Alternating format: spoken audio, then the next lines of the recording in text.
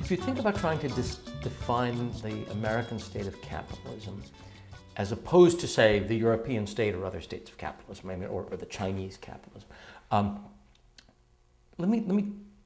there's a wonderful book that a Harvard Business School professor named Deborah Spar wrote called Ruling the Waves, which is a history of, a comparative history of telecommunications technologies in the US, the UK, and on the continent of Europe.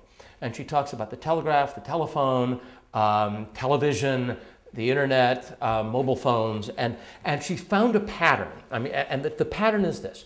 On the continent of Europe, a national champion or a corporation is created. It's a PTT. I mean, it's Deutsche Telekom.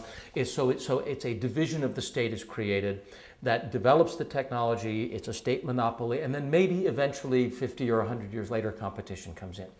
In the UK, a private national champion corporation, a publicly chartered corporation like the BBC or British Telecom is created. It's not owned by the state, but it's a monopoly, and it's responsible to this, and it's responsible to the state. And then a B-Sky B or some other competition comes in. And in the United States, in general, we let 1,000 flowers bloom. We have an Oklahoma land rush. We have this crazy generation of 1 million different conflicting ideas. Then there's a wild consolidation. A lot of businesses die, and some sort of, and others are formed, and some sort of consensus around standardization, or around standards, and some stable state with 3 or 4 competitors emerges. Very different models, and it's a pattern we've done over and over and over again. I mean, it may be a legacy of the frontier. It may be a legacy of just sort of, raise the gates, partners, send those Conestogas out, and good luck, I mean, it could be a cultural thing. It's a gold rush kind of mentality. Certainly the dot-com boom was the biggest thing in California since the gold rush, 150 years before. So I think that's our cultural capitalist pattern. Easy to start a company, easy to go bust, easy to come back after you've done it.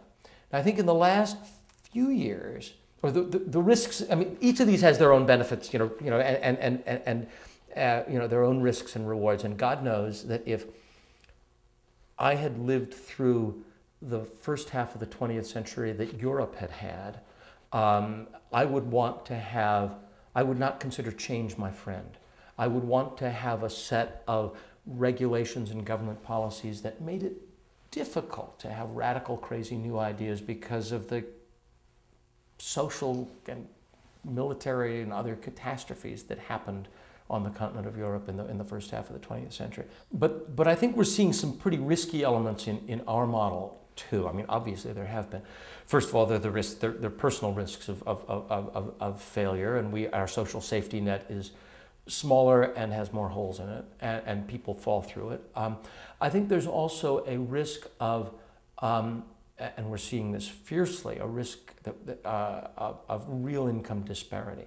And I think we have reached a dangerous place in the United States now where, first of all, the rewards at the top are so enormous. I mean, the money made by billionaires today makes Rockefeller look like a piker. And so the disconnect, there's I think a rather growing disconnection between the rewards available to the top and the consequences to everybody else. So we're not in the same boat.